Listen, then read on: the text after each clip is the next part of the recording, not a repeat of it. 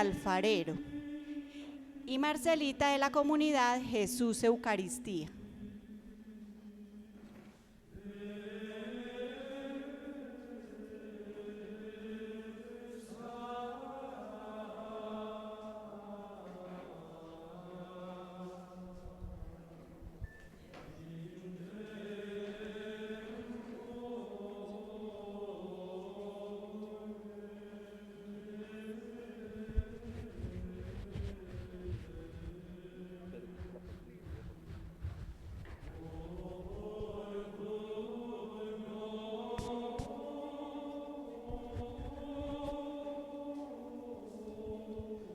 Alabado sea Jesucristo.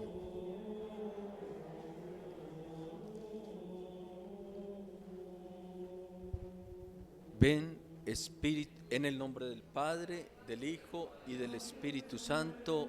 Amén. Ven, Espíritu Divino, manda tu luz desde el cielo.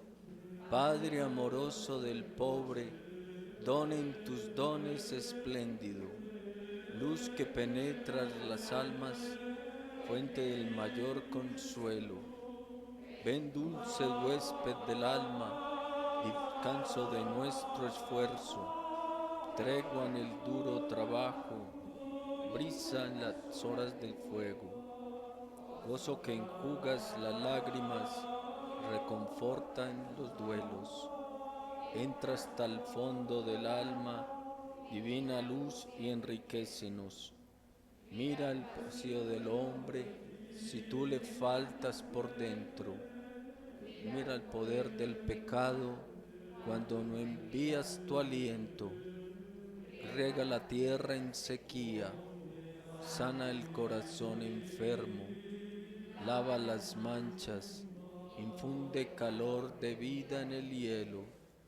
Doma el espíritu indómito, guía al que tuerce el sendero. Reparte tus 7 dones, según la fe de tus siervos. Por tu bondad y tu gracia, dale al esfuerzo su mérito. Salva al que busca salvarse, y danos tu gozo eterno. Amén. Ven, Señor Jesús, necesito tu salvación. Me reconozco pecador ante ti y me arrepiento. Te abro la puerta de mi corazón y de mi vida. Te acepto personalmente como mi Salvador. Concédeme experimentar tu amor, tu salvación, tu liberación. Dame tu vida en abundancia. Límpiame, purifícame, libérame, renuévame. Entra en mi corazón y en mi vida y llénala de ti. Haz de mí lo que quieres que sea.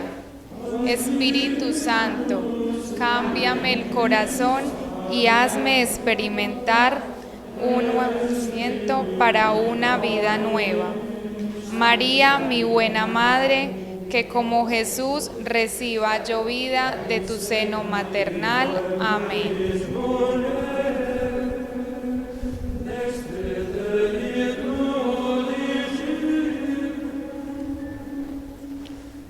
De la carta a los Hebreos, en el capítulo 4, versículo 12. Ciertamente la palabra de Dios es viva y eficaz, y más cortante que una espada de doble filo. Entra hasta la división del alma y del espíritu, de las articulaciones y de la médula, y descubre los sentimientos y pensamientos del corazón. Palabra de Dios. Y hoy también quiero hacer referencia porque hoy, que es domingo, Día del Señor, domingo 12º del tiempo ordinario, en la segunda lectura, que es de Santiago, nos dice: recibid con mansedumbre la palabra sembrada en vosotros, capaz de salvar vuestras vidas. Tenemos que ponerla en práctica y no solo escucharla. Hoy venimos gozosos a celebrar el triunfo de la vida sobre la muerte. El Señor Jesús resucita para darnos vida eterna. Más tarde, seguramente vamos a participar en la celebración eucarística y ahí vamos a tener el banquete de la palabra y el banquete de la Eucaristía. Ahora, Señor, te pedimos que dispongas nuestros corazones, nuestras mentes, para escuchar el aula que nos va a dirigir por la tercera vez, Camilo Andrés. En este versículo de la carta a los Hebreos nos dices que tu palabra es una promesa que denota alegría, júbilo y esperanza. Tu palabra produce en nosotros, Señor, efecto sanador, efecto consolador, efecto transformador y purificador, y nos salvas por medio de tu palabra, como decía también el apóstol Santiago. Todo eso es a través del Espíritu Santo, que si nosotros somos dóciles, Él actúa en nosotros. Tu palabra, Señor, es quien juzga nuestros sentimientos de misericordia o de ausencia de misericordia, y también nuestros pensamientos de amor, de fraternidad, o de odio, o de resentimiento con nuestros hermanos. Con la palabra, Señor, tenemos los sacramentos y tenemos la evangelización. Este primer ciclo de animación bíblica lo tenemos gracias a tu palabra, Señor. La palabra es viva y nos permite realizar la oración personal, íntima, en lo secreto, para ser fieles a ti, Señor, para saber que tú nos esperas, para conversar contigo, para alabarte, para darte gracias, para escucharte, o muchas veces para quedarnos en silencio. La palabra encarnada está presente en la Eucaristía, con tu cuerpo, con tu sangre, con tu alma y con tu divinidad. Por eso, Señor, te alabamos, te bendecimos, te adoramos, te glorificamos, Señor, porque eres grande, porque a través de tu mensaje salvador nos llegas. Amada Virgen María, primera custodia de la palabra encarnada, reina de la divina Eucaristía, estrella de la nueva evangelización, ruega por nosotros.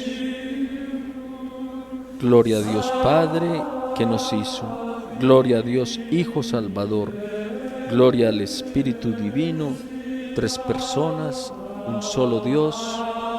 Amén.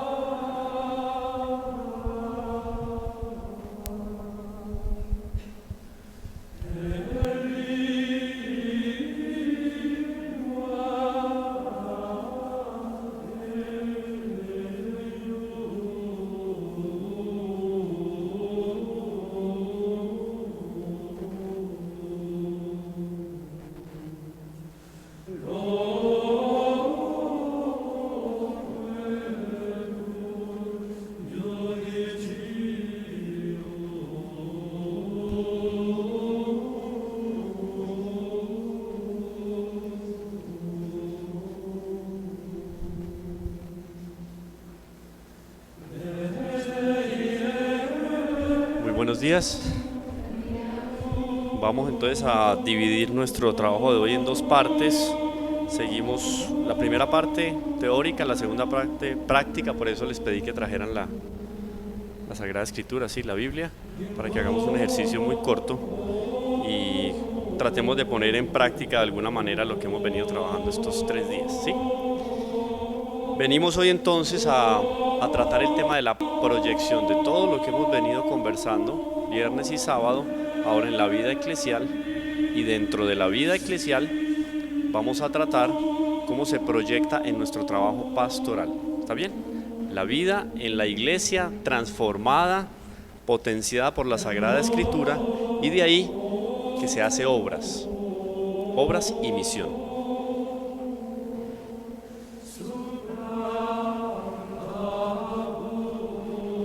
Bueno, entonces un elemento muy interesante que cuando ustedes retoman los videos de nuestras 2 aulas anteriores o lo que hayan podido tomar de notas, se van a dar cuenta que todo está completamente concatenado.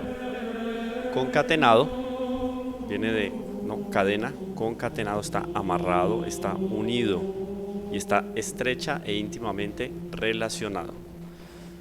La iglesia entonces venera las Sagradas Escrituras. Oído esta palabra muy puntual y muy objetiva que coloca el concilio en el texto. La iglesia venera la Sagrada Escritura, no adora la Sagrada Escritura. Es muy interesante porque debemos de colocar siempre elementos equilibrados en el lenguaje teológico.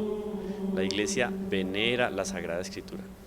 Tener yo aquí un altar donde exalto la palabra de Dios no es igual a tener un altar con el Santísimo Sacramento. ¿Está bien? Y eso debe ser muy claro, porque si no es así que nos quedamos en la religión del libro. Y eso lo dejan tanto la Dei Verbum como la Verbum Domini, lo dejan muy bien apuntado. No somos religión de un libro. ¿Está bien?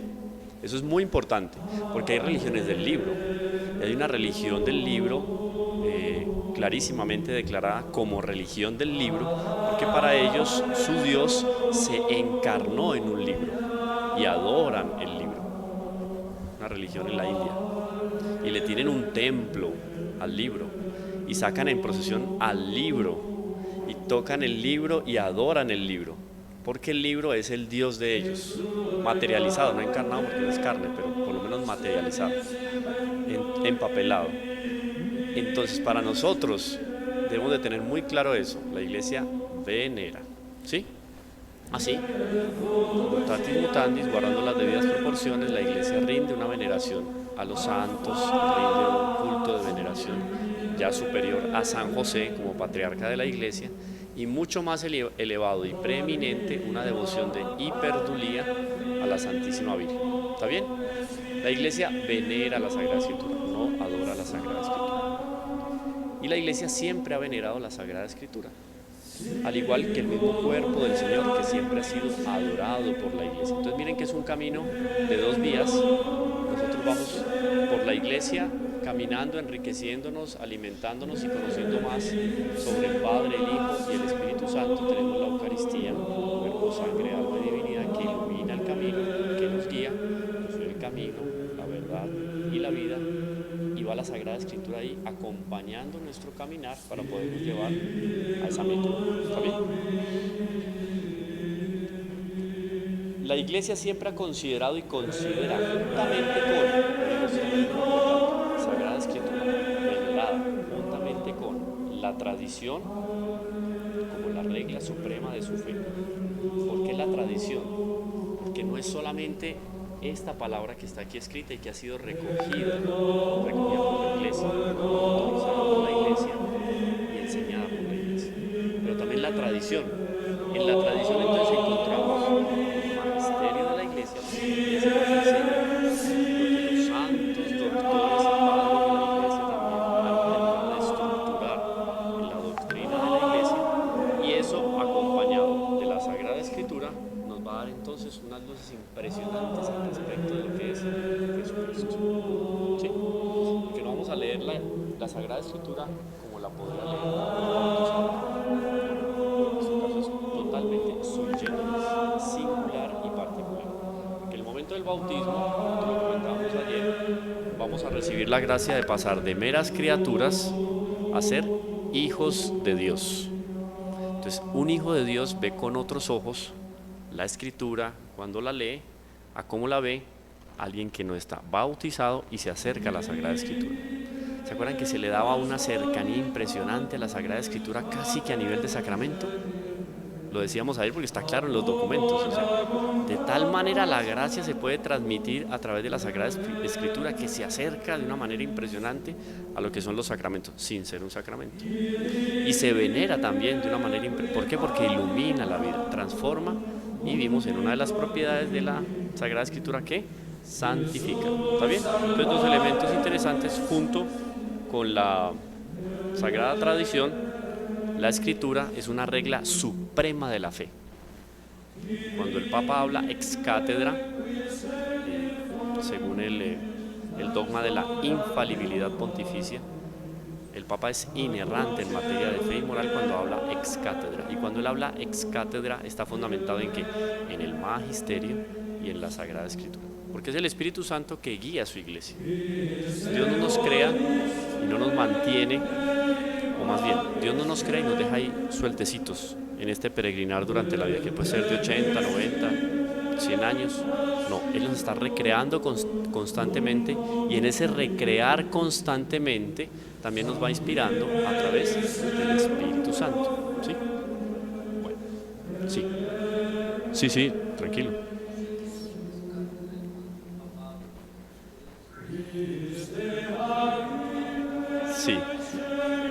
Sí, les recomiendo un documento, digamos, de tantos que tiene la Iglesia, al respecto de la proclamación del dogma de la Inmaculada Concepción. En un lenguaje plural majestático, el Papa dice: nos declaramos que la Santísima Virgen una vez terminó su peregrinar terreno, y el Papa es muy inteligente porque no sé... ese es en el dogma de la Asunción de Nuestra Señora. Dice que una vez termina su peregrinar terreno, él no se compromete si la Virgen murió o no murió, pero dice que subió a los cielos en cuerpo y alma. Y aquel que no acredite en esta verdad que nos estamos proclamando sea anatema, está fuera de la iglesia. El Espíritu Santo lo ilumina a él con un elemento que es fundamental, por eso es ex cátedra. Él, como desde el trono, cátedra significa eso, ¿no? Una silla desde donde se enseña. El catedrático es el que enseña. Entonces, cuando él está enseñando un asunto relacionado con fe y moral, que es la columna vertebral de la iglesia, el Espíritu Santo lo asiste de una manera impresionante, y de la boca de él no sale error, independiente de quién sea el Papa y la formación que tenga, porque en función de lo que él está declarando en ese momento, la iglesia se sustenta en función de una verdad que es fundamental para su vida. No es solamente que el Papa diga: pueden los sacerdotes, digamos, saca un decreto y dice: los sacerdotes pueden celebrar misa a las 2 de la mañana sin problema. Normalmente un sacerdote, por disciplina, inclusive en la recomendación de celebrar por lo menos una misa diaria, y el texto ni siquiera dice obligación de celebrar. Entonces uno diría: bueno, el ministro está renovando el sacrificio incruento del Calvario, por lo menos el sacerdote celebra una misa, o sea, está teniendo esa gracia que ni siquiera los ángeles tienen. Es tan alto ese ministerio de renovar el sacrificio del Calvario que Dios no se lo concedió a los ángeles, se lo concedió solamente a los hombres. Entonces, quedarse un día sin celebrar la Eucaristía, uno diría: no, pues la iglesia dice: no tengo que obligar, es recomendación. Entonces, digamos que la iglesia dijera, el Papa dice: el sacerdote puede celebrar 2 misas por decreto. Eso, digamos, que no entraría propiamente en asuntos de ex cátedra, ¿cierto? Moral y fe. Es muy importante, pero no es fundamental en ese recorrido. Entonces, son elementos que son engranajes sin los cuales como que faltaría que se pudiera dar ese dinamismo armónico dentro de la iglesia. Y el Papa se sienta, y en nombre de Pedro y Pablo, la fórmula es lindísima. Busquen un documento, yo aquí no tengo, pero bueno, lo pueden buscar, porque es bonito cómo el Espíritu Santo se planta en la iglesia y dice: este barco no se hunde. Uno de los sueños que tuvo Don Bosco, el famoso barco que se agarraba a 2 columnas, el Santísimo Sacramento y la Santísima Virgen. Y la infalibilidad pontificia va en esa línea. dogma proclamado por el Beato Pío IX en el siglo XIX. Entonces, es necesario... No, ya eso sería otra cosa. La ciencia infusa, ¿no? El auge de esos carismas, dones naturales o preternaturales, se van a percibir más bien en la vida eterna, en la visión beatífica. Pero aquí inclusive puede salir una tesis o un documento maravilloso de boca del Papa sin mucho conocimiento previo de él. No quiere decir que él se sienta y dice, voy a proclamar hoy un dogma, el Espíritu Santo me iluminó. No, eso es impresionante. Con el dogma de la Inmaculada Concepción, el Beato Pío IX mandó a consultar a todo el episcopado del mundo al respecto del asunto puntual de si la Virgen había nacido, concebido, sin pecado original. Y la respuesta que recibió el episcopado fue impresionante, prácticamente lo que él estaba pensando en proclamar. O sea, el Espíritu Santo diciéndole, tranquilo que es por ahí. Pero hay todo un fundamento teológico que viene unido a esto, porque cuando se proclama un dogma, la Iglesia no es un capricho de la Iglesia, una madre caprichosa que dice, tiene que creer esto. No, está fundamentada en la Sagrada Escritura, en la revelación, el magisterio y la tradición. Todo eso enriquece la Iglesia para que nos pueda mostrar como madre por dónde es que tenemos que ir. ¿Está bien? Es necesario, por consiguiente, que toda la predicación eclesiástica, como la misma religión cristiana, se nutra de la Sagrada Escritura y se rija por ella. Para nosotros es muy fácil poner los ojos en los ministros, sean diáconos, permanentes, transitorios, o sean sacerdotes y bueno, obispos. Una homilía, uno dice, un profesor de teología que decía, los 5 primeros minutos habla el Espíritu Santo, los 10 primeros minutos habla el predicador, después de los 15 empieza a hablar el demonio. Y él se reía, pero ¿cómo así? Sí, claro, porque cuando yo voy a preparar la homilía, en el caso de una homilía, pues digamos, y esto podría ser muy subjetivo, porque algún sacerdote dirá, no, es que para mí homilía menos de media hora no es homilía.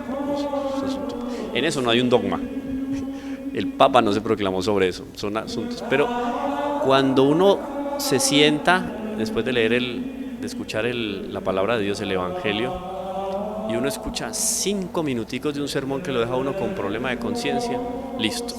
Otra cosa que decía el profesor Monseñor Juanes con amigo Díaz, decía, oiga, quien está dando una homilia y después de que la gente salió de la Eucaristía no sale con problema de conciencia, perdió el tiempo el sacerdote. Entonces yo voy donde el padre fulano, porque cuando celebra, ay, me da una cosquillita y salgo tan contenta. Ese padre está perdiendo el tiempo en el púlpito. Y eso sí es objetivo, eso sí pues se lo discuto a cualquiera que me vaya a decir aquí lo contrario. Porque la homilía es para eso, para moverlo a uno, ¿sí? Si uno va allá a que le digan que todo está bien, pues, si nosotros somos conscientes de que no vamos bien, siempre tenemos que corregir alguna cosita, perfeccionar, no somos cuerpos inmaculados, eso dejémoselo a la Santísima Virgen y a San José. A nosotros el caso es diferente. Entonces, es necesario por consiguiente que toda la predicación eclesiástica, como la misma religión cristiana, se nutra de la Sagrada Escritura y se rija por ella. Entonces hay que quererle dar tintes políticos, por ejemplo, a una predicación apostólica. ¿Cómo luchó contra el liberalismo, el ateísmo y el modernismo el santo cura de Ars? Celebrando la Eucaristía, confesando y promoviendo el rosario. Y catequesis, esa fue la lucha contra el modernismo de inicios del siglo XX, ese gran mal, pésima epidemia espiritual del mundo del siglo XX y siglo XXI, porque se transformó un poquito de modernismo a otros ismos. ¿Cuál fue la lucha de él? Promover el catecismo, el famoso catecismo de San Pío X, ¿no? Que a nosotros nos llegó por aquí una repercusión más o menos en la versión Catecismo Padre Astete. Ese catecismo se promocionó a nivel mundial gracias a San Pío X. Sacramentos, la Eucaristía para los niños, recuerden que les contaba la otra vez. La lucha de él para restablecer el orden en la sociedad fue a través de ¿qué?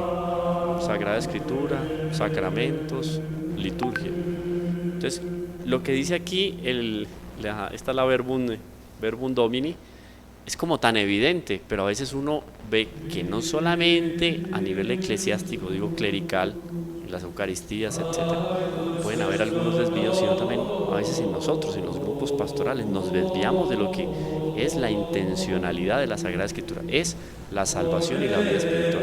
El resto es que viene por acrésimo, está ahí mismo en la Sagrada Escritura. Entonces es perentorio el comentario que hace aquí el documento, porque en los sagrados libros el Padre que está en los cielos va con amor al encuentro de sus hijos y habla con ellos, y es tanta la eficacia que radica en la palabra de Dios que es en verdad el apoyo y el vigor de la iglesia, y para sus hijos fortaleza de la fe, alimento del alma, fuente pura y perenne de la vida espiritual. Miren estas propiedades tan interesantes de la Sagrada Escritura. Repito, fortaleza de la fe. La fe es como un músculo. Entonces, si yo no ejercito un músculo, ¿qué pasa? Se atrofia, ¿cierto? Entonces yo tengo que ejercitar la fe. ¿Cómo ejercito la fe? Con los sacramentos, con la oración, con la lectura de la palabra. Eso es ejercitar la fe, si no, se atrofia. Entonces, miren, la palabra de Dios es en verdad apoyo y vigor de la iglesia, es fortaleza de la fe, alimento del alma, fuente pura y perenne por los años, para siempre, pura y perenne de la vida espiritual. Se aplican entonces estas palabras de Pablo a los hebreos en el capítulo 4. Miren lo que dice Pablo. Pues la palabra de Dios es viva y eficaz. Y como es viva y eficaz, aviva y produce obras eficaces, productivas. Eso, por ejemplo, que Teresa la Grande se iba con 2 o 3 moneditas y levantaba un monasterio, porque la palabra de Dios, ella haciendo la vida, producía inclusive obras y obras concretas, porque la palabra se convierte en eso en nuestras vidas, transforma, enriquece, vivifica y es eficaz. Pablo. Y después nos va a decir Lucas en los Hechos de los Apóstoles, la palabra puede edificar y dar la herencia a todos los que han sido santificados. Entonces es una puerta, la palabra de Dios es una puerta, la palabra de Dios es un camino, yo soy el camino, la verdad y la vida. La palabra de Dios me fortalece. Entonces ya uno ve la amplitud y la dimensionalidad tan amplia que tiene la lectura de la palabra de Dios, la meditación de la palabra de Dios.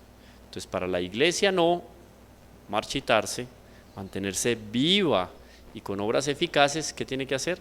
Alimentarse de la palabra de Dios. Uno diría, uy, qué novedad. No, pues es que eso siempre lo dijo la iglesia. Aquí el concilio tuvo que recordarlo en uno de los 2 documentos más importantes de aquellos 16 documentos del Concilio Vaticano II. Ahora, un asunto que es complicado y por eso uno tiene que saber qué libro coge, a qué site entra, el asunto de las traducciones de la palabra de Dios. Y en eso también es muy puntual el documento del Concilio Vaticano II. Miren cómo uno rompe con la tradición. Lo mismo que nos dijo el Concilio de Letrán, 400 años antes. Uy, cualquiera diría, qué retrógrado el Concilio Vaticano II. Es lo mismo. Se recomiendan las traducciones cuidadosas. Uno diría, pues tan evidente. Ay, pero es que a veces lo evidente es lo que se nos olvida. Y terminamos nosotros por ahí con el libro de la Reina Valera y con los folleticos de la Atalaya, porque es que explican tan bonito la palabra de Dios. Es conveniente, pero miren el lenguaje de madre de la iglesia. Excomulgado, maldito aquel que no. Es conveniente que los cristianos, así como la mamá le habla al hijo, ¿no? Cuando ella no tiene nada para decirle, bueno, puede que le meta un regañito por ahí, no tiene nada más que decirle, llora, a ver si con las lágrimas convence al hijo. Entonces la iglesia es con un lenguaje muy maternal. Es conveniente que los cristianos tengan amplio acceso a la Sagrada Escritura. ¿Quién da ese amplio acceso a la Sagrada Escritura? Doña Nelsi. ¿Quién? Oye, mire la pregunta. El Concilio Vaticano II le pregunta a usted, doña Nelsi, ¿quién le da amplio acceso a la Sagrada Escritura? A los fieles, a la iglesia. Por aquí dicen el Espíritu. ¿Usted qué dice? ¿Quién más? Algo más concreto, eso suena muy bonito. o el Espíritu Santo? El Papa, más, aterricémoslo más. El párroco. El párroco me da mi acceso al conocimiento de la palabra de Dios. ¿Cuándo? Una homilía dominical. Es que es eso. Y no solo por la preparación que él tuvo, que estudió 7, 8 años, lo que sea. No es solo por eso, es porque en cuanto ministro, él tiene una gracia de Estado. Y esa gracia de Estado lo ayuda a él a beber de la Sagrada Escritura y entregarnos a nosotros un alimento mucho más terminado, elaborado, por una gracia de Estado. Pero la gracia de Estado también, usted tiene hijos, doña Nelcy, tiene hijos, entonces usted también está aquí incluido. Es conveniente que los cristianos tengan amplio acceso a la Sagrada Escritura. Ese amplio acceso a la Sagrada Escritura también se lo dan papá y mamá a los hijos en la casa. El esposo se lo da a la esposa y la esposa al esposo. Porque es que ustedes no se casaron solo para tener hijos, es para santificarse. Y la santificación va de la mano con el amplio acceso a la Sagrada Escritura. Miren cómo todo. Entonces nosotros tenemos que meternos ahí en este problema que tiene el mundo contemporáneo. Ah, no, es que la iglesia no nos acerca a la Escritura del Padre. Un momentico, la responsabilidad también está en el hogar, a los hijos. ¿Qué complemento le doy yo, por ejemplo, a mis hijos o a mis nietos en función de la preparación catequética para la primera comunión? ¿Cuántos niños se acercan a la Eucaristía y ni saben qué es lo que están recibiendo? Ay, eso es tan bonito, y mamá, voy a tener fiesta, mamá, y la torta. Y se preocupa más por todo el acontecimiento que redunda alrededor de la primera comunión que por la primera comunión. Comulgan la misa y ya está haciéndose risitas con el otro. Ay, no sé qué, no, es que ni se... Sí, por aquí ni siquiera entró en conocimiento lo que está recibiendo. Eso es responsabilidad también de papá y mamá y de toda la familia que está ahí, porque en cuanto hogar cristiano, iglesia doméstica, es conveniente que los cristianos tengan amplio acceso a la Sagrada Escritura. ¿Dónde más? Esto no me lo dará a mí ningún restaurante, ni el centro comercial El Tesoro, aunque celebren la Eucaristía ya. La obligación es primeramente que mía como bautizado. Por eso la iglesia, miren, la iglesia desde sus principios hizo suya la antiquísima versión griega del Antiguo Testamento, la famosa llamada de los 70. ¿Se acuerdan que les dije que 70 que se reunieron por allá porque los tomaron cuasi que prisioneros? A ver, pues necesitamos ese texto, porque es una de las grandes bibliotecas que estaban conformando en la antigüedad. ¿Cómo iba a faltar ese libro que tienen por ahí esos judíos? Que eso como que suena tanto.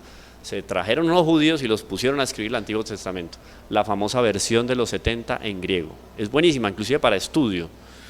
Entonces tengo que saber yo a qué libro me acerco. Pero como la palabra de Dios debe estar siempre disponible, la iglesia procura con solicitud materna, entonces que se redacten diferentes ediciones en varias lenguas, traducciones aptas y fieles, oído, en varias lenguas, sobre todo de los textos originales de los sagrados libros. Y si estas traducciones oportunamente y con el beneplácito de la autoridad de la iglesia, es que la Sagrada Escritura tiene que tener ese famoso nihil obstat.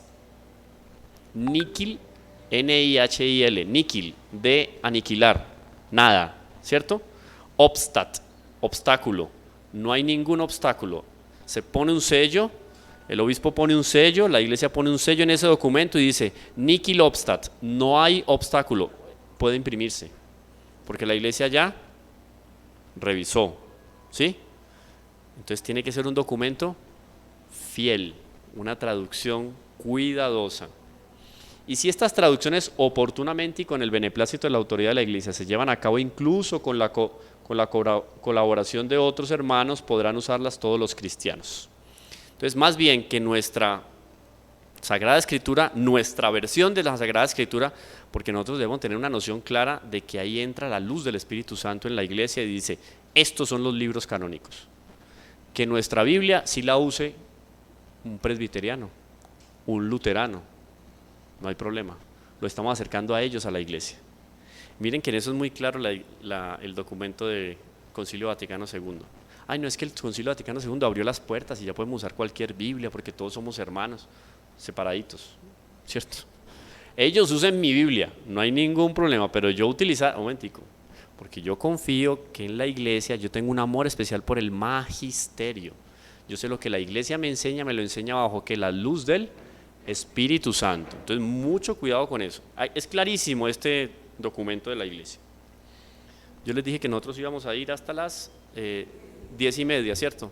Ahí venimos con la entrega de los certificados y después hacemos el ejercicio con nuestro texto, que espero que lo tengan. Quienes no, creo que lo pueden adquirir aquí, ¿cierto? Porque hay unos libros, una Sagrada Escritura. Sí, en línea, por ejemplo, la del Vaticano, la del site del Vaticano, ahí pueden leer una versión muy buena. Bueno, hay una recomendación explícita para la Verbum Domini, de la Verbum Domini al respecto de la lectura de la Sagrada Escritura. Y esto sí quisiera, de pronto si lo podemos proyectar para que ustedes lo vayan acompañando, yo voy a poner aquí el numeral 25, viene siendo la página 11 del documento.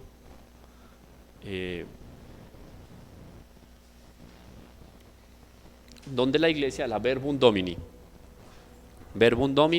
numeral 25. La iglesia recomienda entonces la lectura de la Sagrada Escritura. Pero vamos a ver también la iglesia como madre y esposa mística de Cristo va a hacer esta recomendación. Tranquilo, no hay problema. ¿Hasta el momento alguna pregunta? Bien, sí, pregunte, no hay problema. Verbum Domini y Dei Verbum. Sí, la Verbum Domini,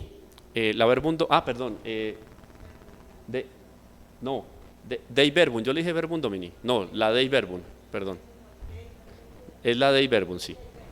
La Dei Verbum es el documento del Concilio Vaticano II y posteriormente una constitución apostólica posinodal, o sea, después de la reunión del Sínodo de los Obispos, el Papa Benedicto XVI en septiembre del 2010 escribe un documento que se llama Verbum Domini. Pero ese Verbum Domini, como trata sobre la palabra de Dios, está muy de la mano con este documento del Concilio Vaticano II, la Dei Verbum. Son dos documentos sobre la palabra de Dios, Dei Verbum y Verbum Domini. ¿Está bien? El 25. Eso ahí. Ahí ven bien, pronto un poquito más grande, vamos a ver si se puede. Ahí, ¿cierto? Miren el 25. Ustedes vayan mirando, yo voy leyendo aquí a los pocos, vamos a hacer un ejercicio de hermenéutica. Ahorita vamos a conversar rápidamente sobre eso de hermenéutica y exégesis.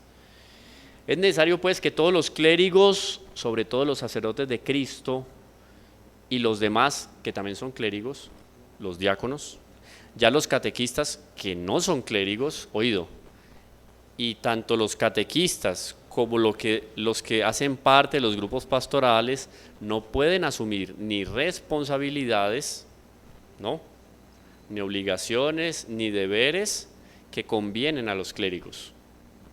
Es que el Concilio Vaticano II abrió las puertas para una iglesia democrática. Un momentico. El clérigo en su lugar y el fiel en su lugar. Aquí hace una distinción muy clara. Ministros, sacerdotes de Cristo y los demás, como los diáconos y catequistas que se dedican legítimamente al ministerio de la palabra, insistan en las escrituras con asidua lectura sagrada y con estudio diligente. Muy bonito eso de llegar al grupo de estudio y esperar a que el Espíritu Santo nos ilumine. Pues yo debo venir con unos estudios previos, ¿cierto? Claro, preparo. Es que el Espíritu Santo se vale también de esos elementos. Y hay una naturaleza humana que tiene que entrar a colaborar con ese don sobrenatural que Dios da en un momento específico. Puede que salgan maravillas del comentario que usted haga o que haga otra persona, pero tiene usted que poner, también Dios quiere que uno dé un primer paso y se involucre en ese estudio. Digo.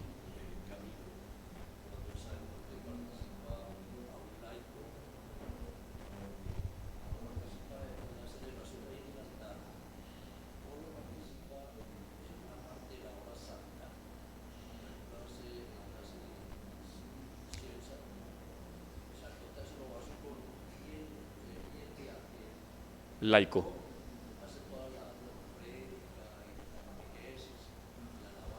No, es un error litúrgico que en la celebración de la Eucaristía, yo tengo por ahí en YouTube, los que quieran ver con más detalle, tengo un curso sobre la Eucaristía, y en ese curso sobre la Eucaristía tengo unos apartados, unas aulas sobre la Santa Misa, todas las partes de la misa y lo que nos dice la doctrina de la Iglesia, lo que dicen las rúbricas al respecto. Las rúbricas, es bonito el nombre, las rúbricas en los libros sagrados vienen en rojito, rúbrica, ¿no?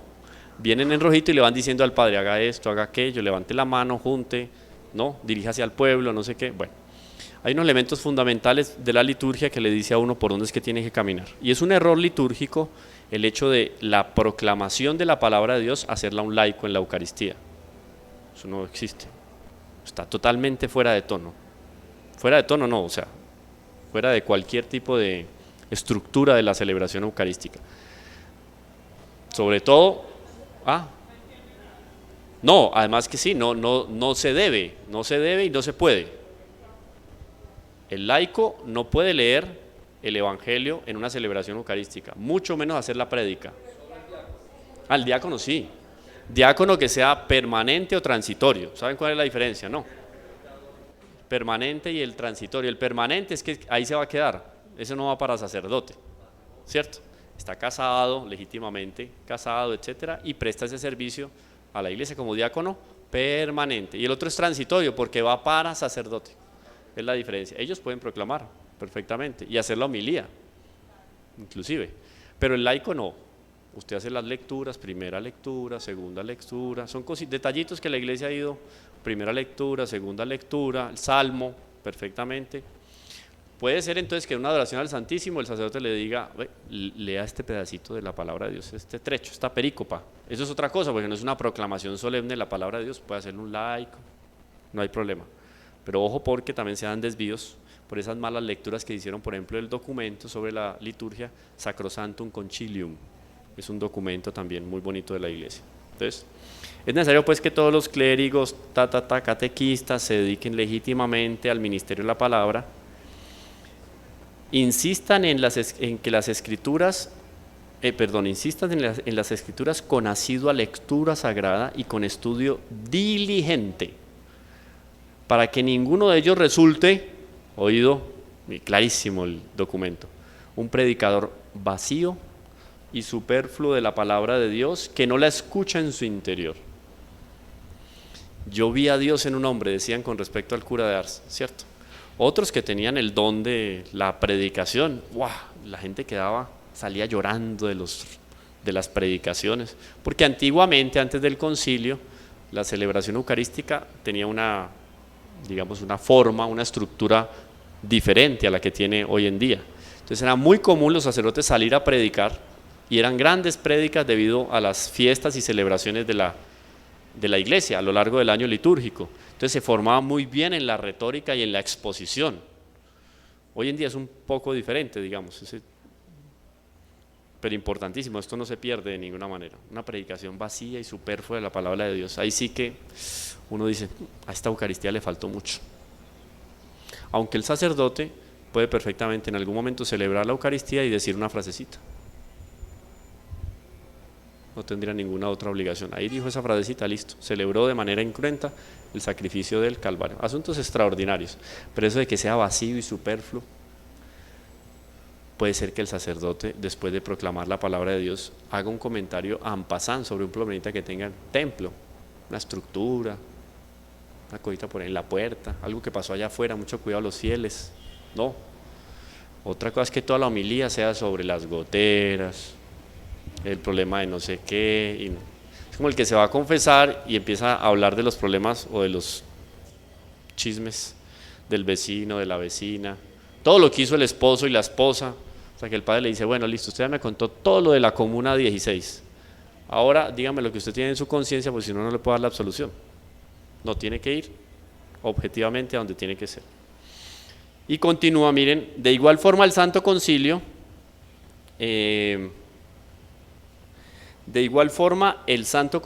exhorta con vehemencia a todos los cristianos, en particular a los religiosos, a que aprendan el sublime conocimiento de Jesucristo. Y esto lo insiste Pablo en sus cartas, y aquí de manera especial carta de Pablo a los filipenses. ese conocimiento de Jesucristo. ¿Quién busca por ahí, por favor? Carta a los Filipenses, capítulo 3, versículo 8.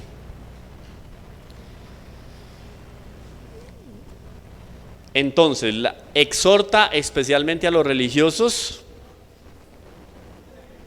a que aprendan el sublime conocimiento de Jesucristo con la lectura frecuente de las Sagradas Escrituras, porque el desconocimiento de la Escritura es el desconocimiento ¿de quién? De Cristo. San Agustín lo decía, primeros tiempos de la iglesia, conociendo la Escritura estoy conociendo el corazón de Cristo, estoy leyendo el corazón, me estoy uniendo al corazón. Filipenses capítulo 3, versículo 8. ¿Sí? ¿Cuál es? Un versículo. ¿Qué dice ese versículo? El anterior, eso es otro detallito también, un tips cortico. Cuando yo voy a leer una perícopa, un trecho de la Sagrada Escritura, me dicen el versículo 10. Yo me voy al 9 y doy una miradita a ver por dónde venía el asunto y me voy al 11 a ver para dónde va, para ubicarme en el contexto, porque no hay texto sin contexto. Dice entonces Pablo a los Filipenses. ¿Sí? Juzgo que todo es pérdida ante la sublimidad del conocimiento de Cristo Jesús, mi Señor.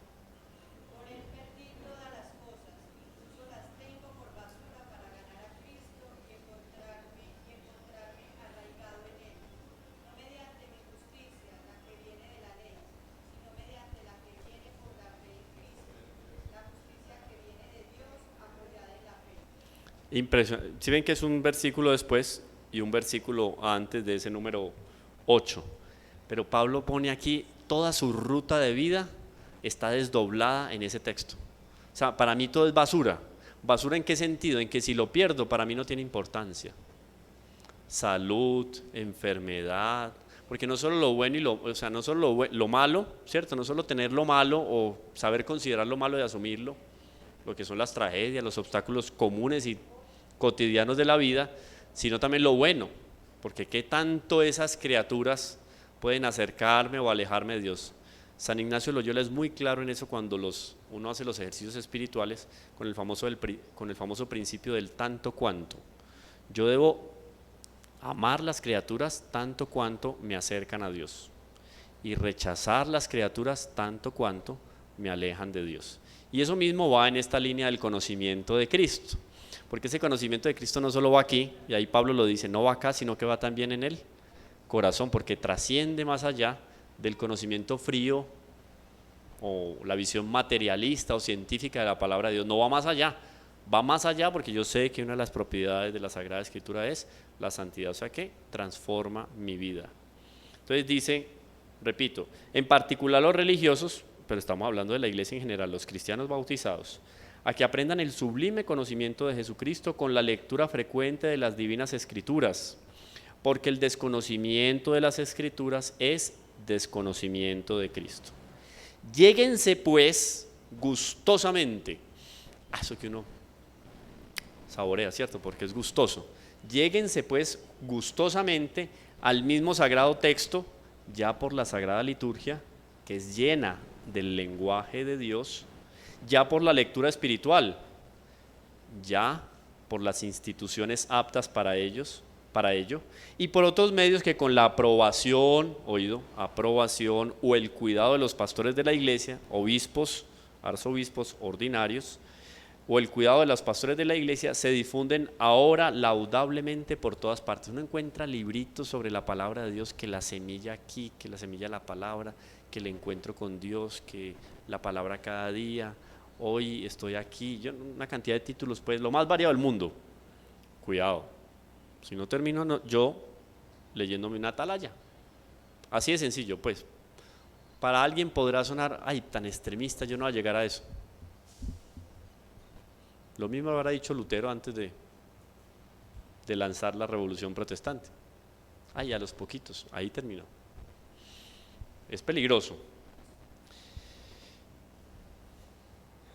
Dice entonces, pero no olviden que debe acompañar la oración a la lectura de la Sagrada Escritura para que se entable diálogo entre Dios y el hombre. Entonces yo debo de elevar mi mente a Dios. Eso es la oración. Elevar la mente a Dios. Sí.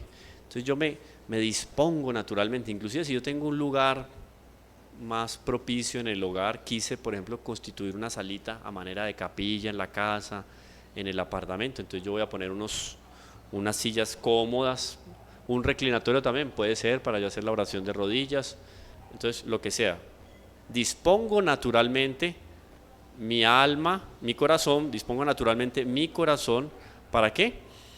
Para que mi alma pueda volar y entrar en la contemplación. ¿Saben de dónde viene la palabra contemplare? De templo, contemplare. Para yo contemplar el paisaje me iba a los templos. Normalmente los templos siempre han sido construidos en las partes altas, por lo menos las civilizaciones antiguas, porque se creía que estando más cerca de Dios, del cielo, se estaba más cerca de Dios.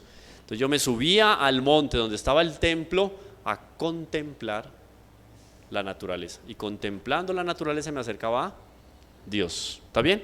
Entonces disponer de los medios naturales para que el espíritu pueda volar y contemplar. Entonces es necesario ahí que oración, que puede ser vocal, hay oraciones para antes y después de la lectura de la Sagrada Escritura, o si no el ejercicio del silencio, deje que Dios hable. ¿Está bien? Pero deje que Dios hable no con una música como la que escuchamos por allá al fondo. Esa no es apta, porque Dios no está en la agitación. Entonces ahí no, pues yo meterme ahí a escuchar la palabra de Dios, no, como que no funciona. Entonces tener también, usar el sentido común para que esos elementos me ayuden a mí y me eleven. Pero no olviden que deben de acompañar la oración a la lectura de la Sagrada Escritura para que se entable diálogo entre Dios y el hombre, porque a Él hablamos cuando oramos y a Él oímos cuando leemos la palabra divina o las palabras divinas. Es la carta que hablábamos, la carta del amigo, ese amigo que está siempre ahí hablándonos, pero tengo que disponer mi corazón en función de la oración. Bueno,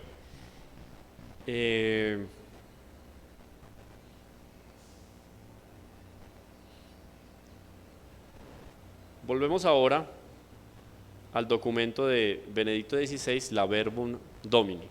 Tengo algunos elementos por aquí anotaditos y ustedes después, por ejemplo, van a profundizar un poco más. Yo les dije que había una cierta facilidad del documento que se deja tomar así por párrafos y uno va leyendo un día un párrafo, otro, también en actitud meditativa. Esto está enteramente ligado a lo que es la Sagrada Escritura. Entonces, cuando yo me siento y lo leo, también es un frescor, es una especie de alivio para el corazón, es un ejercicio meditativo. Dice entonces el texto, vamos al 25, pero esta es la Verbum Domini. ¿Sí? Bueno. 25. Cuando Dios revela al hombre tiene que someterse con la fe, eso lo comentamos ayer, ¿se acuerdan? ¿Hasta dónde llegamos? Yo creo que no llegamos al final. Al lado del 77, si ven el numeral 77, dice, en efecto la fe, miren cómo la fe ahí es fundamental, o sea, estamos haciendo aquí un estudio básico, una entrada a lo que es la Sagrada Escritura y la fe no puede faltar, porque si no, perdimos el tiempo, salimos de aquí peor que como entramos. Si no involucramos aquí este insumo fundamental que es la fe, el ejercicio no va para adelante. Entonces insiste, los documentos, uno y otro, y cualquier documento que usted tome de la iglesia, la fe, la fe. ¿Por qué la fe? Porque esa fe la recibimos en el momento del bautismo y está ahí. Tenemos que empezarla a estimular para que se enriquezca y se pueda poner más robusta. En efecto, la fe con la que abrazamos de corazón la verdad que se nos ha revelado y nos entregamos totalmente a Cristo, es que no fue solo el bautismo, después en la confirmación yo digo sí, estoy convencido y quiero, para adelante. Lo mismo cada que yo accedo a los sacramentos, cualquier sacramento, penitencia, al de la comunión, a cualquier sacramento, al sacramento del matrimonio, del orden, yo le estoy diciendo a la iglesia sí, así sea, amén. Porque ese amén que yo digo cuando recibo la Eucaristía o cuando termino la celebración eucarística es amén, es así sea, listo, sigo adelante convencido de lo que tengo aquí, de conocimiento, de lo que está robusto mi corazón en materia de fe, y voy a proclamar la palabra de Dios. Entonces fe, en efecto la fe con la que abrazamos de corazón la verdad que se nos ha revelado y nos entregamos totalmente a Cristo, surge precisamente por la predicación de la palabra divina. Pablo a los Romanos, capítulo 10, versículo 17.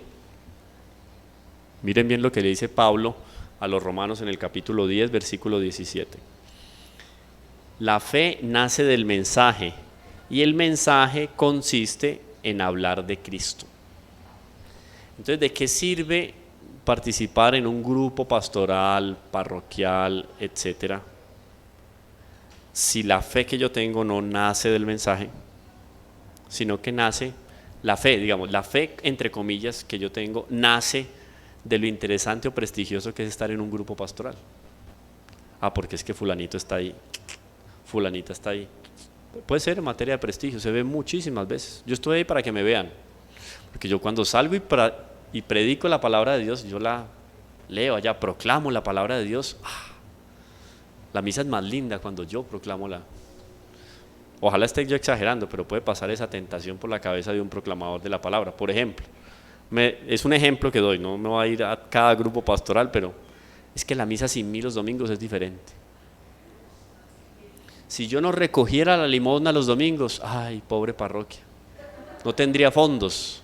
Porque es tan elegante la manera como yo estiro la canasta, que la gente da. Impresionante. Me acuerdo de cómo la fe mueve montañas, y es de verdad, la fe mueve montañas. Don Bosco era un tipo genial, pues naturalmente hablando era súper bien dotado, estratégico, y conocía perfectamente lo que era la iglesia. Y los teatinos son una comunidad religiosa, hoy en día ya muy venida menos, pero los teatinos tienen una práctica de la pobreza más radical que los franciscanos. Esos son pues mendicantes, son mendicantes que no mendigan, no piden, porque ellos tienen por voto no pedir limosna, pero viven de la limosna. O sea, son tan entregados a la providencia que ellos dicen, ni vamos a pedir, esperamos a que nos den.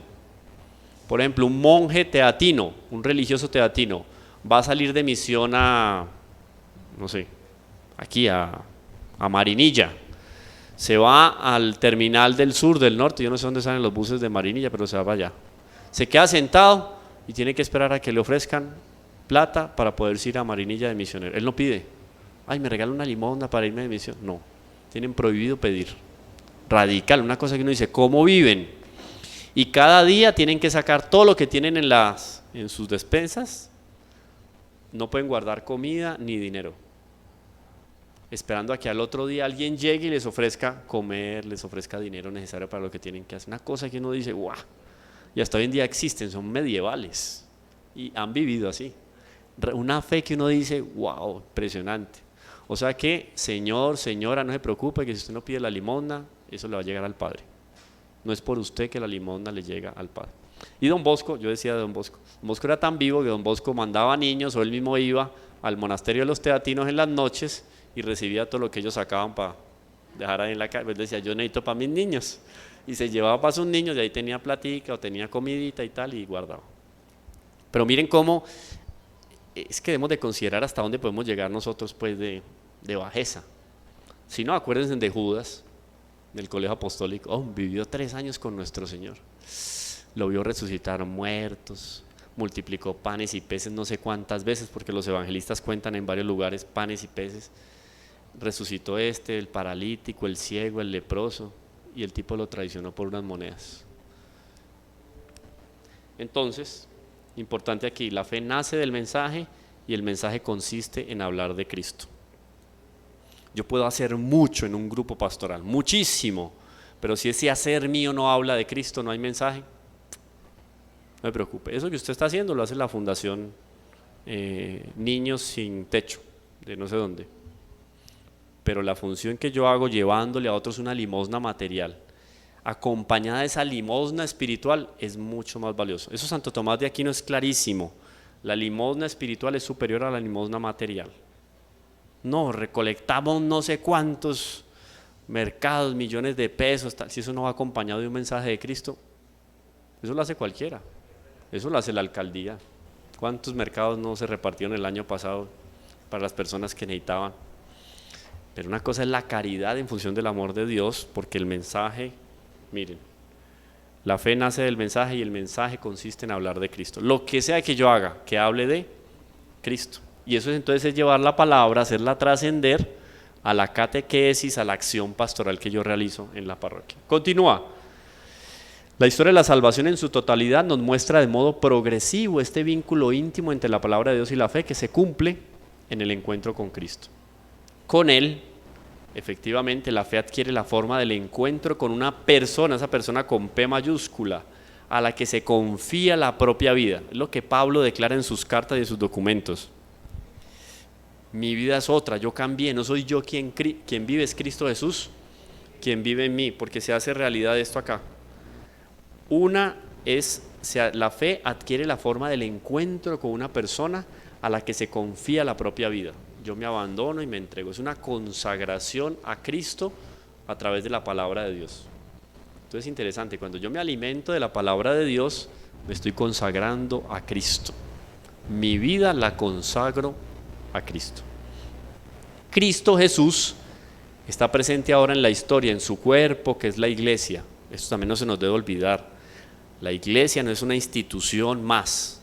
No, la iglesia es la esposa mística de Cristo. Eso le da una categoría a la iglesia que no tiene ninguna otra institución.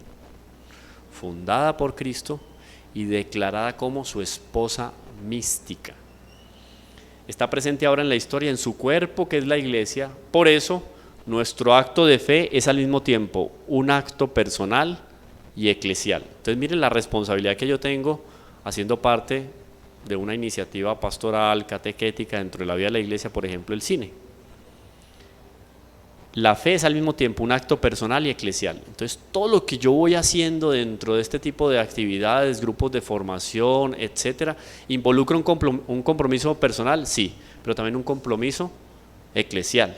En el fondo, yo salgo como haciendo parte de la iglesia, hago parte de la iglesia, estoy mostrando una cara de la iglesia cuando realizo mi actividad pastoral. Eso es muy importante. Y aquí unas palabras fuertes, nos da tiempo perfectamente para comentarlas. En este numeral 26, algunos que dicen que hoy en día no hay que hablar del pecado. Ay no, se nos traumatizan los niños. En Fátima la Virgen le mostró a los niños el infierno. ¿Cómo habrán quedado de traumatizados Lucía, Jacinta y Francisco? Ay no, qué horror, no le hablen de esos temas escatológicos, del juicio, cielo, infierno, purgatorio. Ay no, los niños se nos traumatizan. Vaya, dígale eso a la Virgen de Fátima, le mostró el infierno a los niños, Lucía, Jacinta y Francisco. Y usted ve la foto de ellos cuando vieron el infierno, wow, aterrado. Lucía dice que ellos no se murieron por una gracia de Dios, pero les mostró el infierno. Es que es la realidad. Entonces no le hable a los niños de la inseguridad en la calle. En la inseguridad, entonces lo pueden robar, lo pueden matar, lo pueden secuestrar, es la realidad. Entonces yo dentro de la iglesia, la comunidad eclesial, debo demostrar lo que la iglesia nos presenta, nos enseña, lo que se ha confirmado a través de la historia. El pecado como falta de escucha a la palabra de Dios. La palabra de Dios revela, porque esto también tiene que ver con lo que conversábamos ayer. No, el concilio rompió con todo eso que traía en la antigüedad la iglesia, eso de pecado, eso quedó guardado porque Dios es amor. Sí, Dios es amor, pero un momentico, vamos por partes. Como es amor, también sabe distinguir entre lo que es bien y es mal, porque la justicia, Dios como justo juez, sabe darle lo bueno a los buenos y el mal, se merece el mal, así es, tal cual. La palabra de Dios revela también inevitablemente, miren, inevitablemente, porque es que va ahí, está en la esencia, inevitablemente la posibilidad dramática por parte de la libertad del hombre de sustraerse a este diálogo de alianza con Dios para el que hemos sido creados. Entonces, leámosla de otra manera. Hemos sido creados para un diálogo de alianza con Dios. Y cuando yo realizo, llevo adelante, me involucro en ese diálogo de alianza con Dios, mi vida es diferente. Lo que hablábamos ayer, creo que ayer o antier, al respecto de la tranquilidad que yo tengo delante de las adversidades del día a día. ¿Por qué? Porque esta palabra de Dios me asumió. Entonces Nuestra Señora, aquella discípula más amada que el propio San Juan, Nuestra Señora como discípula amadísima, es capaz de llegar hasta los pies del Calvario con una tranquilidad. Lloró, claro, la naturaleza humana, lloró porque había tristeza, pero desesperación nunca. De tal manera no hay desesperación que cuando estamos desesperados vamos donde la Virgen dolorosa a que nos dé ánimo. Qué particular, ¿no? Estamos desesperados y vamos donde la Virgen dolorosa, claro, porque la Virgen en medio de los dolores que sufrió, esos 7 dolores que La Iglesia quiso también de una manera muy linda, inspirada por el Espíritu Santo, mostrar que la Virgen tuvo más dolores que gozos. Son 5 gozos y son 7 dolores. Entonces estamos con unos problemas de conciencia, de corazón, los que usted quiera. Vamos y nos acercamos a la Virgen Santísima en la imagen dolorosa, porque ella se mantuvo siempre ¿qué? Equilibrada, a pesar de cualquier dificultad. O sea, el dolor de ella. Imagínense ustedes el drama, un drama dramático, un drama hiperbólico, el drama de ver la mejor madre de la historia al mejor hijo de la historia morir. Y ya sabiendo objetiva y absolutamente que ese hombre que estaba ahí no había hecho absolutamente ningún mal para merecer lo que estaba sufriendo. Y que eso que estaba sufriendo ese hombre ahí, impecable como ninguno en la historia de la humanidad, ese hombre estaba sufriendo ahí por fulano, sutano, por nosotros. Entonces Nuestra Señora decía, estoy ofreciendo mi hijo por los pecadores. Y ella, conociendo también como reina de los profetas las infidelidades nuestras a lo largo de la historia, todo lo conocía por revelación divina, reina de los profetas. Y conociendo nuestras infidelidades y las espaldas que le íbamos a dar a nuestro Señor y a la iglesia, él decía, sí, ella decía, sí, yo quiero que muera, porque muriendo él se redime el género humano. Impresionante. Entonces, la palabra divina en efecto desvela también el pecado que habita en el corazón del hombre. Entonces, lo que hablábamos al respecto de la celebración eucarística, si yo no salí con problema de conciencia después de la celebración eucarística, con mucha frecuencia, tanto en el Antiguo Testamento como en el Nuevo, vamos a encontrar la descripción del pecado como no prestar oído a la palabra de Dios. En el fondo es eso.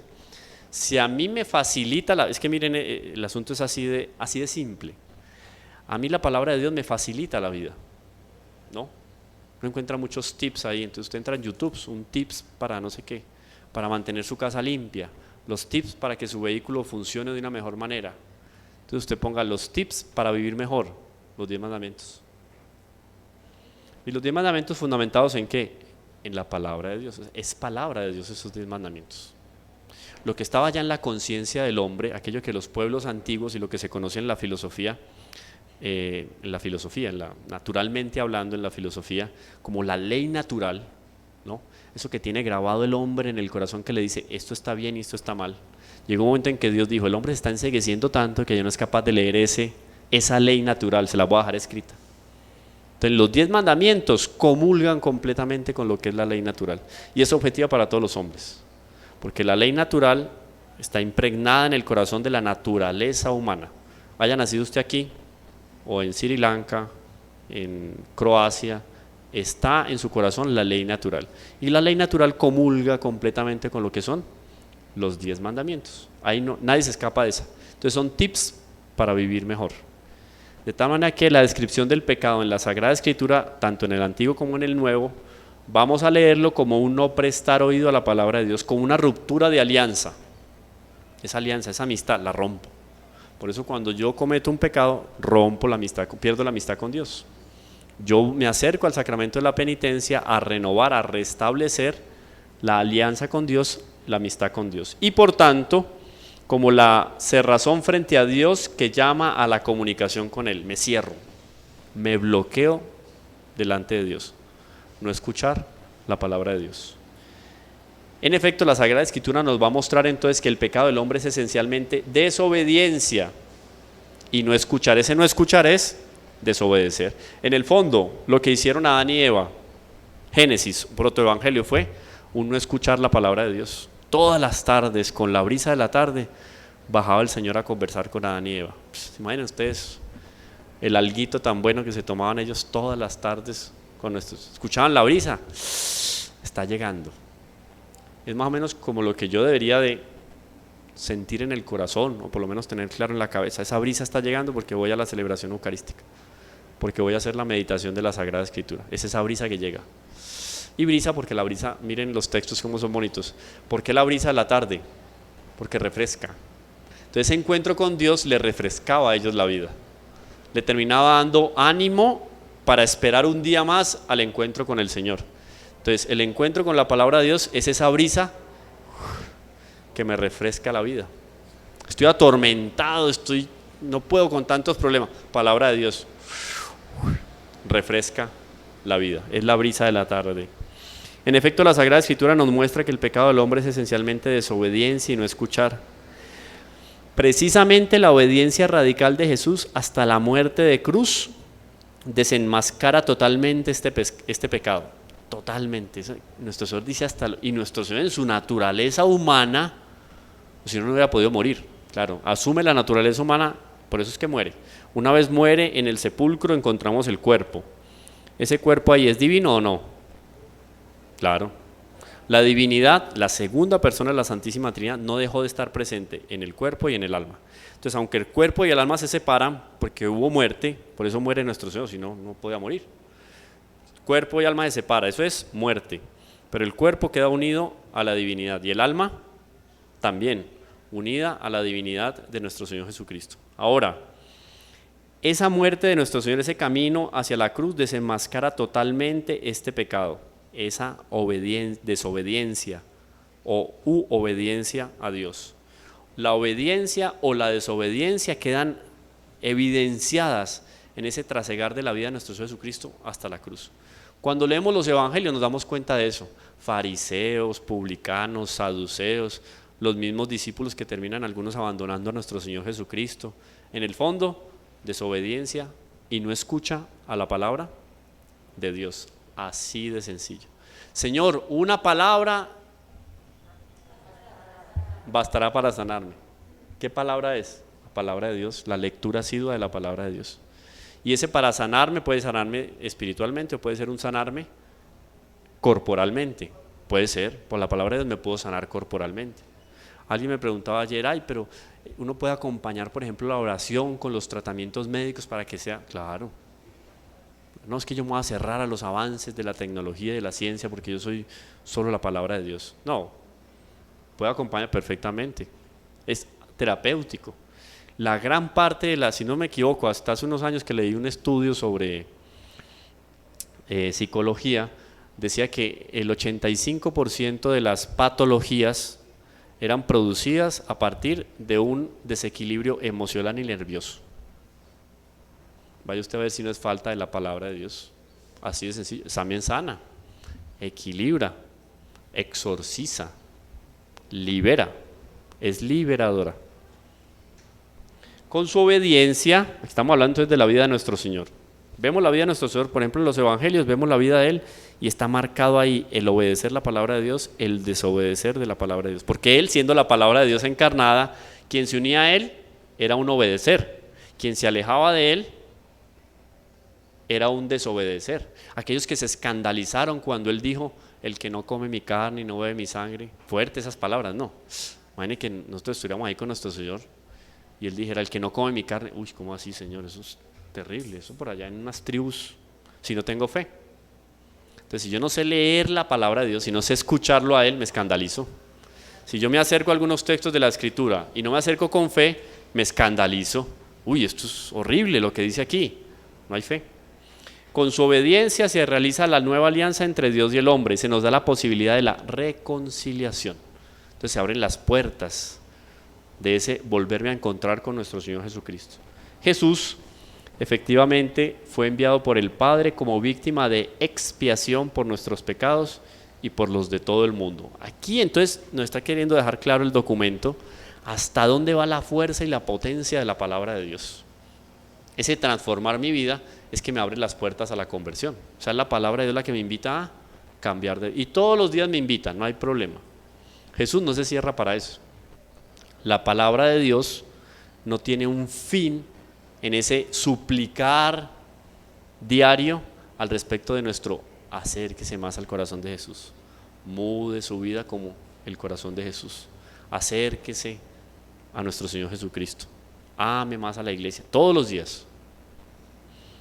Con su obediencia, Jesús efectivamente fue enviado por el Padre como víctima de expiación por nuestros pecados y por los de todo el mundo. Así, se nos ofrece entonces la posibilidad misericordiosa de la redención y el comienzo de una nueva vida en Cristo. Nos renovamos. Esa, por ejemplo, cuando yo voy y leo el texto de la resurrección de Lázaro, Esa resurrección de Lázaro en el fondo es un despertar, aunque fue un milagro, pues también es que algunos, yo por ahí escuché alguna vez, no, eso de la resurrección de Lázaro es una metáfora. Es que él encontró el corazón de Jesús, entonces volvió a vivir. Jeje, momentico. Ahí hay un milagro, dejemos eso claro. Históricamente, histórica y objetivamente, ahí hubo un milagro. Una superación de las leyes de la naturaleza. ¿Por quién? Por el Creador. Ahí está. Segunda persona de la Santísima Trinidad está delante de él y le dice: Lázaro, levántate. Wow. Inclusive la escritura, los evangelistas dejan muy claro ahí, olía, o sea, se murió de verdad. Ese hombre está muerto. Como era tan conocido, eso había, mejor dicho, media ciudad, media población, y los alrededores habían ya pasado por ese lado, a verificar eso de la muerte, a visitar el difunto. ¿Y por qué 3 días? Porque después del tercer día, para la creencia de los judíos, la muerte era absoluta. Entonces no había cómo negar. Si hubieran sido después de 2 días llegó Jesús, es que él no estaba muerto. Porque para nosotros son 3 días. Entonces el Evangelio deja claro que son 3 días. O sea, está muerto lo que se dice. Y se levanta Lázaro y eso es doble milagro, porque Lázaro estaba envuelto, ¿se acuerdan? En vendas. Yo no sé cómo salió envuelto en vendas. Y normalmente el sepulcro era profundo. Es doble milagro, caminó con las vendas y resucitó, o resucitó y caminó con las vendas. Pero entonces yo hago una proyección espiritual a ese texto y digo, claro, resucitó para la palabra de Dios. Un reavivamiento de la vida, ¿a partir de qué? De la palabra de Dios, porque el Señor le dice, levántate.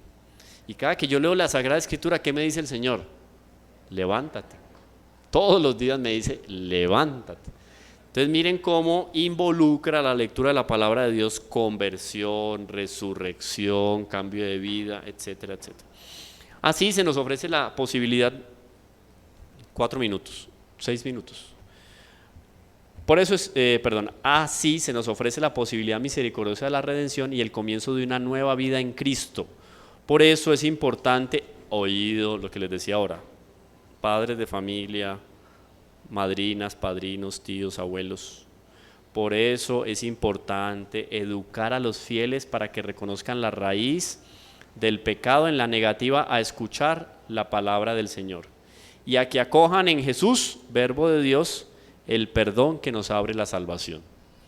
Y ese educar a los fieles, ya sabemos dónde va, ¿no? No solo que se quedó en la iglesia, sino que se trasladó también a la iglesia doméstica, donde el padre de familia tiene obligación, la familia en general tiene la obligación de unirse en torno a esa palabra.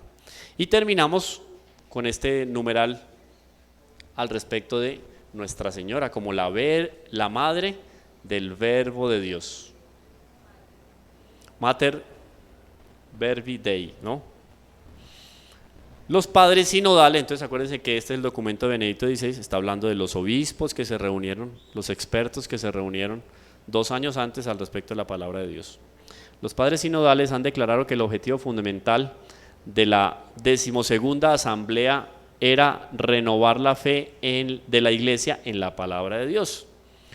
Por eso es necesario mirar allí donde la reciprocidad entre palabra de Dios y fe se ha cumplido plenamente, donde se cumple plenamente la reciprocidad entre la palabra de Dios y fe, palabra de Dios y fe. O sea, la fe es la respuesta del hombre a Dios. La palabra, Dios le habla al hombre. Entonces, ¿dónde se da esa comunicación plenamente? Oído la palabra que usa la iglesia. Es que una vez escuché esto, infelizmente, en una parroquia. Íbamos a realizar una obra en torno a la Santísima Virgen, una obra apostólica. Él dijo, no, es que aquí no. A la Virgen hay que tenerla bien escondidita, como en los evangelios y en el concilio. No leyó, no supo leer. No, van a mandarle este documento. Mire, léame aquí, ¿qué es lo que dice? Oído. La reciprocidad, es necesario mirar allí, dice el Papa, es necesario mirar allí donde la reciprocidad entre palabra de Dios y fe se ha cumplido plenamente, o sea, María Virgen. ¿Por qué dice María Virgen? Porque no van a decir que es otra María, María Virgen.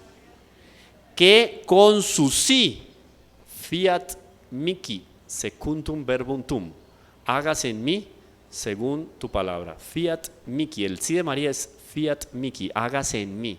Y ese hágase en mí es ¿qué? Eso que decíamos ahora, esa transformación de vida a partir de la palabra de Dios. La Virgen dijo sí.